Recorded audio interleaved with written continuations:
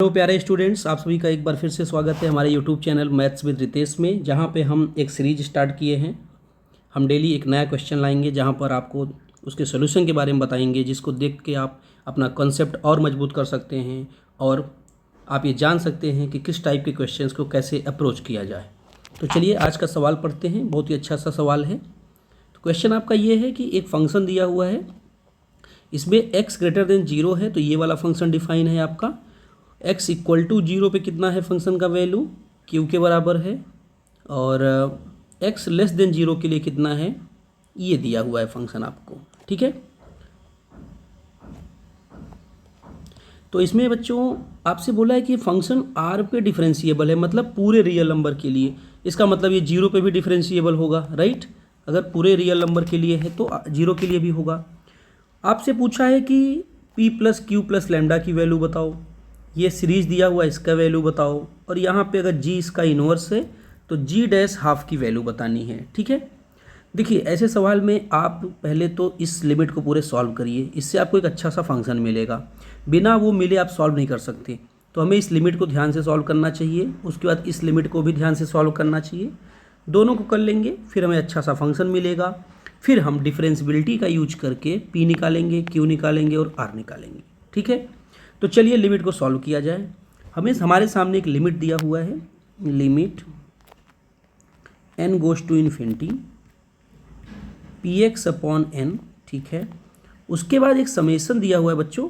Summation में क्या दिया हुआ है हमारे सामने, r इक्वल टू 1 से लेके n तक। ठीक है, और ग्रेटेस्ट इंटीजर वाला ब्रैकेट आपको दिया है r square minus e to the power minus x plus r minus 1, और नीचे जो है r प्लस 1 है।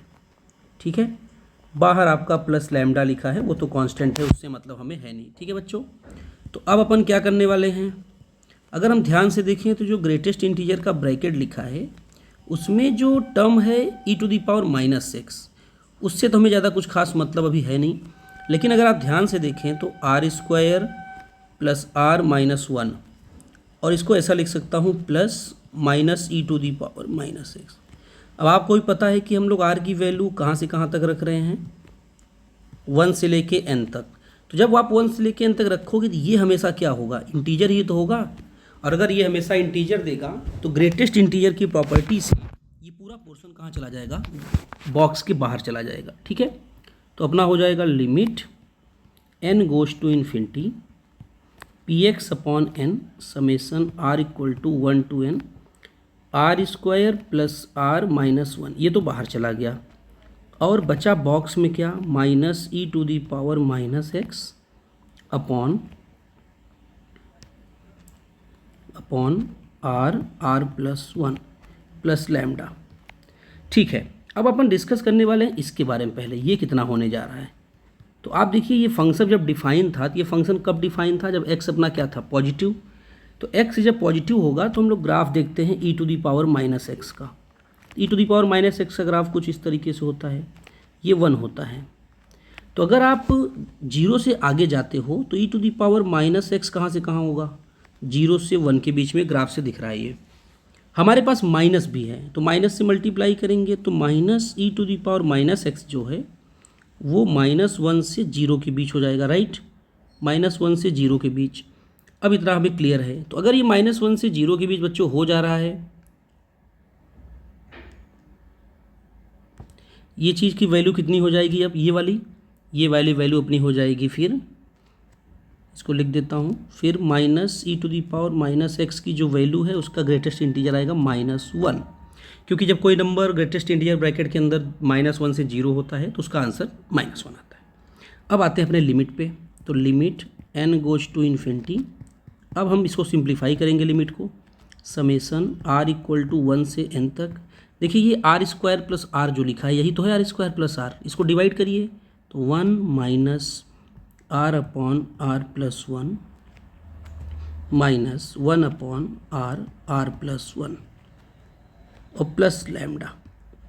अब हम बहुत ही क्लोज हैं इस लिमिट को सॉल्व करने के। चलिए, तो limit n goes to infinity px upon n। ठीक है, तो इसमें आपको वी एन सीरीज दिखाई पड़ेगी अभी, समेशन आर इक्वल टू 1 से n तक 1, ये 2 टाइम्स हो जाएगा, राइट, माइनस 2 टाइम्स, इसको ऐसे लिख लेंगे 1 upon r minus 1 upon r plus 1 plus lambda times. तो limit n goes to infinity p x upon n. अब इसमें समेशन लगा देते हैं जल्दी से। समेशन लगाएंगे तो 1 को n टाइम्स ऐड करेंगे, n हो जाएगा, माइनस 2 टाइम्स, यहाँ पे ऐड करेंगे 1 माइनस 1/2, फिर 2 रखेंगे तो 1/2 माइनस 1/3 एंड सो ऑन, चलते चलते आएगा 1 upon n minus 1 upon n plus 1। तो बच्चों अब प्लस लैम्डा है बगल में, तो ये bn मेथड है, ये सीरीज से कैंसिल होता जाएगा। फाइनली हमारे पास बचा px को तो हम बाहर कर देंगे क्योंकि लिमिट हमारा n गोज टू इन्फिनिटी है। यहाँ क्या बचा बच्चों, अब n से डिवाइड कर दो, बचा 1 minus 2 times 2/n 1 minus n plus 1। ठीक है, देखिए यहाँ पे सब पूरा डिनोमिनेटर में ये है तो ये पूरा जीरो हो जाएगा, ठीक है ना, n गोज टू इन्फिनिटी होगा तो जीरो हो जाएगा। तो अपना आया फाइनल आंसर px प्लस लैम्डा। तो ये हमने पूरी इस लिमिट को देखिए अच्छे से सॉल्व किया, तो हमें क्या मिला बच्चों कि अपना fx जो है वो बराबर है px प्लस लैम्डा के, जब आपका x क्या है ग्रेटर देन 0। अब जैसे हमने इसको सॉल्व किया वैसे हम सॉल्व करने वाले हैं लेस देन 0 वाले को। लेस देन 0 में हमारा फंक्शन ऐसा दिया हुआ है, यहाँ पे इसको फंक्शन को लिख लेते हैं। जब आपका x लेस देन 0 है तो आपका फंक्शन है fx बराबर limit n goes to infinity, यहाँ फ्रैक्शनल वाले ब्रैकेट में था r square plus r minus 1 plus e to the power x upon r plus 1। ठीक है, यही है r square plus r minus 1। अब आप ध्यान से देखिए, फ्रैक्शनल की प्रॉपर्टी एक होती है कि अगर आप इंटीजर यहाँ पे लिखते हैं, यहाँ पे x है, तो इंटीजर से ऐड करने से कोई फ़र्क नहीं पड़ता, ये वापस फ्रैक्शनल x हो जाता है। तो देखिए r square plus r minus 1 क्या है, एक इंटीजर ही है, क्योंकि हम लोग समेसन में क्या बच्चों रख रहे हैं, यहाँ पे मैं समेसन लिखना भूल गया।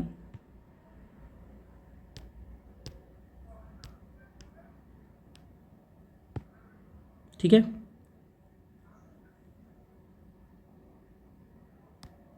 तो यहाँ पे मैं समेसन लिखना भूल चुका हूँ, ये समेसन है, ठीक है, कोई दिक्कत नहीं।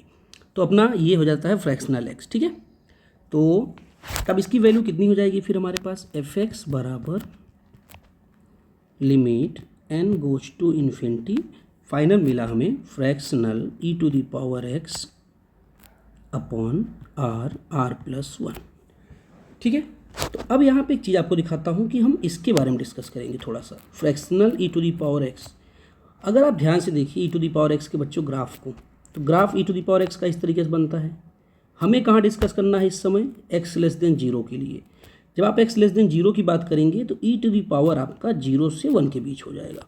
हमें पता है कि जब कोई भी चीज़ 0 से 1 के बीच होती है तो उसका फ्रैक्शनल वही हो जाता है, मतलब इसको आप डायरेक्ट लिख सकते हैं e to the power x। ठीक है, तो अब अपना लिमिट क्या हो गया, फंक्शन क्या हो गया, limit n goes to infinity summation r equal to 1 to n, यहाँ आया e to the power x upon r plus 1। चलिए फिर से वही सेम एकदम समेसन लगाते हैं, तो e to the power x तो भैया बाहर हो जाएगा, 1 अपॉन r प्लस 1 से वही आएगा अपना 1 माइनस 1 अपॉन n प्लस 1, जैसे पिछले में आया था। ठीक है, तो इन्फिनिटी करेंगे लिमिट तो ये चीज़ क्या हो जाएगी, 0 हो जाएगी। अपना आंसर आया e to the power x। Finally हमें अपना इतना सॉल्व करने के बाद पूरे लिमिट को अच्छे से हमें अपना फंक्शन मिल चुका है। ठीक है, फंक्शन लिख लेता हूँ जल्दी से।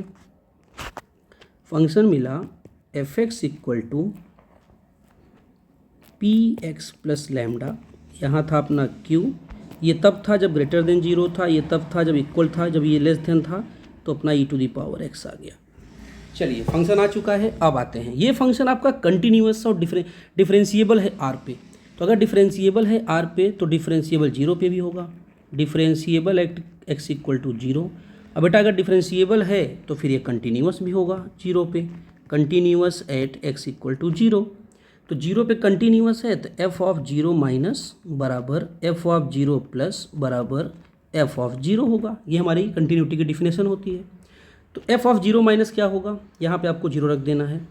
एफ ऑफ जीरो माइनस यहाँ से आ जाएगा, एफ ऑफ जीरो प्लस यहाँ से आएगा, एफ ऑफ जीरो यहाँ से आएगा।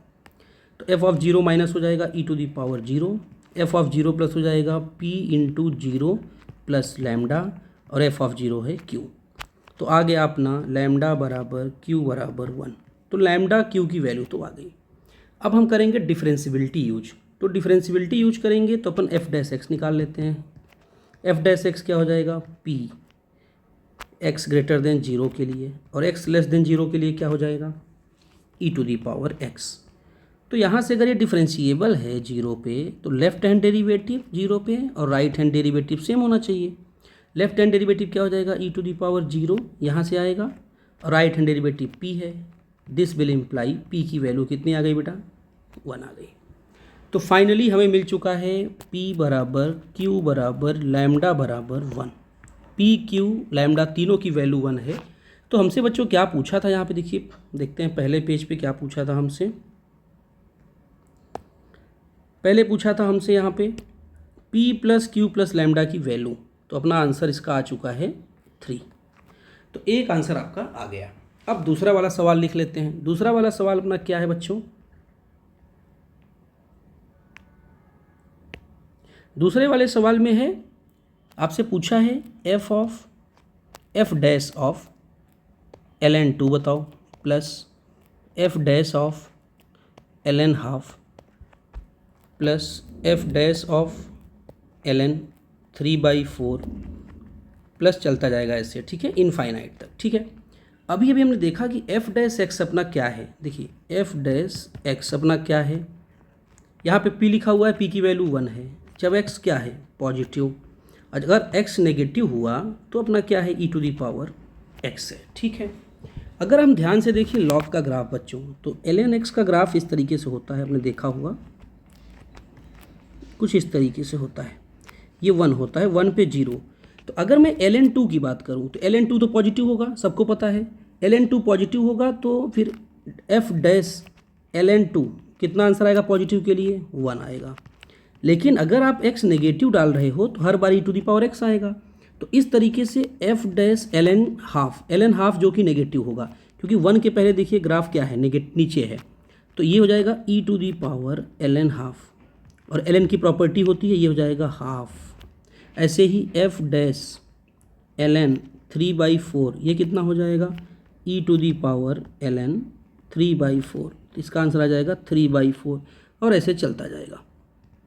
तो अपने पास जो ये सीरीज मिली वो क्या मिली, 1 प्लस 1/2 प्लस 3/4 प्लस 5/8, कहाँ तक। अगर आप ध्यान से देखें तो ये AGP है। ये क्या है अपना बच्चों, ये है पूरा AGP। ऊपर देखिए 1357 चल रहा है, नीचे 248 GP चल रहा है साथ में। तो AGP को हम लोग क्या करते हैं, कॉमन रेशियो से डिवाइड करते हैं। यहाँ कॉमन रेशियो R की वैल्यू 2 है, अगर आप ध्यान से देखें 1/2। तो इसी से आप दोनों साइड मल्टीप्लाई कर दीजिए। तो यहाँ S/2 हो जाएगा, तो यहाँ हो जाएगा 1/2 plus 1/4 plus 3/8 plus 5/16 plus dot dot infinite. इसको आप इक्वेशन नंबर 1 मान रहे हैं, तो इसको 2 मानिए। अब 1 में से 2 को माइनस करिए, 1 - 2 कितना हो जाएगा बच्चों, S - S/2 बराबर 1 प्लस, देखिए 1/2 से 1/2 कैंसिल हो जाएगा, 3/4 में 1/4, 2/4, 5/8 में 3/8, 2/8, फिर 2/16 एंड सो ऑन, कहाँ तक, इनफाइनाइट तक। S - S/2 कितना हो जाएगा, S/2। यहाँ आप देखिए 1 + 2 कॉमन है, तो 1/4 प्लस 1/8 प्लस 1/16, कहाँ तक बच्चों, इनफाइनाइट। ये आपका इनफाइनाइट GP है। तो इसका सम क्या हो जाएगा, A/1 - R, A/1 - R। तो ये आंसर आ जाएगा अपना 1 + 2 टाइम्स 1/2 कैंसिल हो जाएगा। तो S की वैल्यू बच्चों आ गई 2 + 1, 2 + 1 नहीं आएगा, 2 + 2 आ जाएगा, आंसर आया 4। ठीक है, तो अपना सम का वैल्यू यहाँ पे S जो पूछा था वो 4 आ गया। तो एक बार देख लेते हैं ऑप्शन क्या क्या था। यहाँ पे अपना ऑप्शन है ये ऑप्शन है 3, 4, 6, 8, ये आंसर आपका सही हो जाएगा। अब फाइनली कह रहा है कि g is the inverse of f, तो g डैश हाफ की वैल्यू बता दो। ठीक है, g डैश हाफ की वैल्यू बतानी है। g डैश हाफ देखते हैं कैसे होगा। f जो है क्या था अपना, fx एक बार फिर से लिखते हैं हम लोग। fx बराबर क्या था बच्चों, px प्लस लैम्डा, मतलब x प्लस 1, यहाँ पे भी 1 था, यहाँ पे e to the power x था, x greater than 0, x less than x यहाँ पे इक्वल टू 0 था, यहाँ x लेस देन 0 था, बस लास्ट में है। अब आप ध्यान से देखिए, आपसे पूछा है g डैश हाफ, ठीक है, तो यहाँ से देखिए जब x लेस देन 0 है तो e to the power x कितना है, फंक्शन क्या है e to the power x, e to the power x का यहाँ पे इन्वर्स क्या होता है, सबको पता होगा ln x होता है, तो gx यहाँ पे क्या आएगा, ln x आएगा। क्या आएगा, ln x, जब x लेस देन क्या हो 0। तो अब gx मिल चुका है, इसका डिफ्रेंशिएशन करेंगे, g डैश x क्या हो जाएगा 1/x। हमसे पूछा था g डैश हाफ की वैल्यू, हाफ कितना हो जाएगा, कितना हो जाएगा 1/1/2, तो ये अपना आंसर आ जाएगा 2 के बराबर।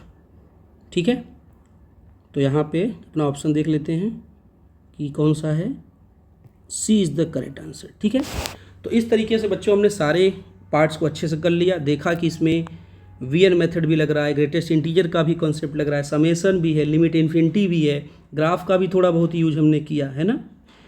तो हमने पहले फंक्शन निकाला, फिर फंक्शन के कंटिन्यूटी डिफरेंशियबिलिटी का यूज किया, उससे हमें पी क्यू और मिला, लैम्डा मिला। ये सब मिलने के बाद हमने देखा एजीपी का भी कंसेप्ट है, एजीपी कंसेप्ट में हमने सम निकाला, उसके बाद हमने देखा इन्वर्स का भी कंसेप्ट है, इन्वर्स निकाला, और फाइनल में सारे आंसर मिल गए। तो आई होप आप लोगों को समझ में आया होगा। आगे हम लोग ऐसे ही बहुत सारे वीडियोज़ लाएंगे। Thank you so much watching, thank you so much for watching, और आगे ऐसे ही सपोर्ट बनाए रखें और चैनल को सब्सक्राइब कर लें, जिससे आपको आने वाले नए वीडियोज़ मिलते रहें। Thank you so much.